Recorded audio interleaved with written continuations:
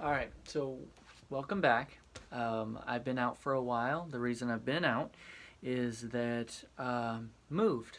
So once from the glorious sun-drenched California Valley, Central Valley, and now transplanted to the wind-swept plains of Indiana. That's where I live now. Went from small town California to now a very small town Indiana. So new place, getting used to it. Definitely it's been an adjustment period, but I guess you could say that it's been strange, more or less. But now I'm back, so here I am. What I want to talk to you today is this conversation. I mean, I don't even want to use that word because that's not what it's been. Of guns and kids that's been occurring in today's society. And I want to talk about it in one specific context. You have these kids that experienced a tragedy. And terrible. I mean, English language fails as far as like how to express exactly what happened there. Like there was multiple levels of failure that occurred, and they've picked a scapegoat because that's what our society does. Our society picks a scapegoat that is clearly the ultimate evil in an instance, and then they blame it, the consequences of their tragedy, on that thing or that person or that idea. And as a result, then people that are aligned with that idea, then they arm themselves up, in a metaphorical as well as in a literal sense, and they fire back. And as a result, it becomes impossible to have a decent conversation on the subject. This is what I want to talk about, though, is that you have these kids, they're out there, and they're doing speaking tours, and they're organizing marches, and they've become like a figurehead for a movement.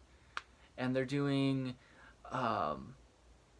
telecasted and broadcast interviews with mainline news networks and stuff. And I guess my question is this: where's your mom? And the reason I ask that question, that bothers me, is that you have minors. Minors require parental consent typically in order for them to lend their likeness to an interview, for instance. And that's kind of the common standard. It's not necessarily always, it's not always, but most of the time if they're going to sign on for a public rally, or they're going to, like, they have to have their parents sign over that, or they have to have their parents sign off on it.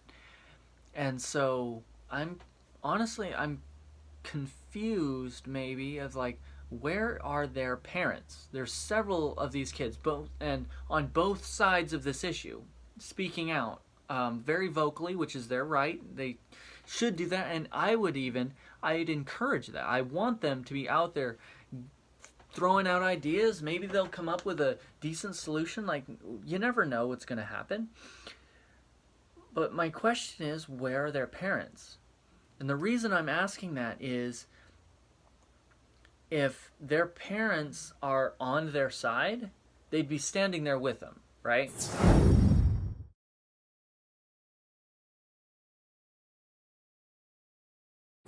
Like, that's kind of the general logic of that. When kids are speaking out for a cause and the parents are aligned with their kids on that cause, then they'll stand there on the podium together. That's typically what happens. In this instance, though, that's not happening. And so it makes you like, where do the parents think about what their kids are doing? And why are they not being, I guess, empowered is maybe the right word of like them saying their piece about it. Because one thing about these kids, and I'm not going to say their names because I don't want to. I don't know them, so I don't want to make it that personal. Is they tend to say things that are very anti-parental. They have there's one quote of the one guy saying like that the parents have no effing clue what to do with the democracy, so now it's our turn.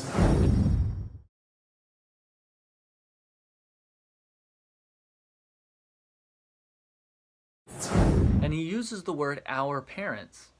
He doesn't say your parents. He doesn't say the parents of our nation. Like, doesn't say something generalized like that. He says ours, which denotes possession, and parents, saying like that clearly, like I'm inferring something that's not there, sure, but it really sounds to me like he's speaking from a position of conflict in his own house, maybe, about this issue. And I wonder, like, why are they letting this happen? Because coming from a church background and church leadership background, where I've worked with students for a long time, something that happens all the time is that parents over the last while have just kind of abdicated responsibility to government institutions like public schools or to churches, to like, it's your job to teach and train and educate my kids and to feed them. You got to give them at least one meal a day, possibly two, depending on the school district you're in, breakfast and lunch.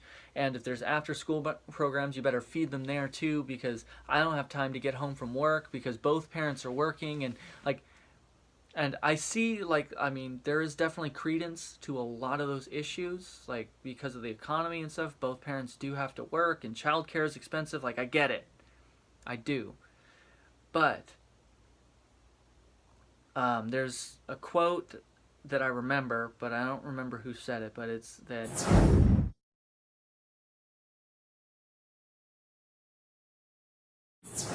if you send your children to Caesar to be educated, don't be surprised when they come back speaking like a Roman.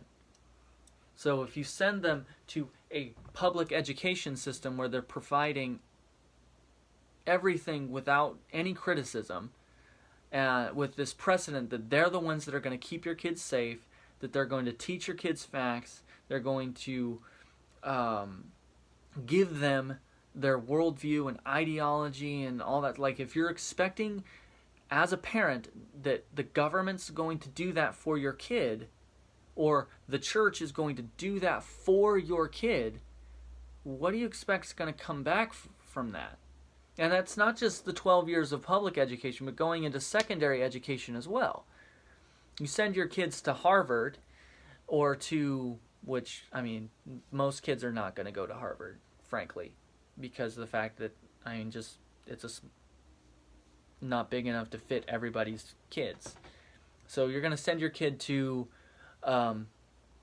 Southeastern, wherever, Northwestern, whatever, and which is primarily, I mean, it's mostly liberal, not a lot of biblically grounded philosophy, psychology, or things like that happening there. And when they come home, they're like, I'm an atheist now.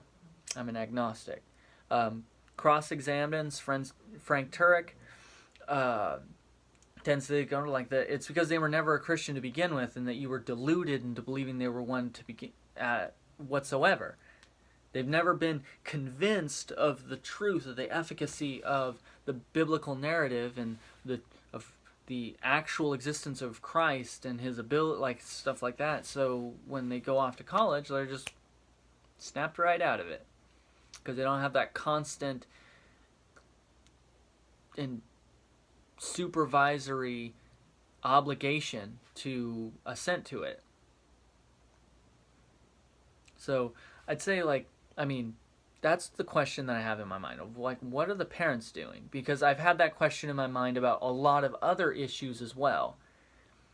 Gangs in cities or stuff like that. I'm like, where's the parents? What are they doing? Or drugs or kids sleeping around in middle school. Like, my first question is, what are the parents doing? And I think that that's an important question that needs to really be asked in all these instances of, like, we need to rebalance the priority of teaching, training, discipling kids onto the parents as role models, because there's no level of investment that can be afforded by any institution that can offset the 7 days a week of whoever the parent, mom or dad, is giving day in, day out. So, I don't know, something to think about, maybe. And I don't know, feedback. You disagree or you agree or you have other thoughts or questions, like hit me up down in the comments and I'll see you there.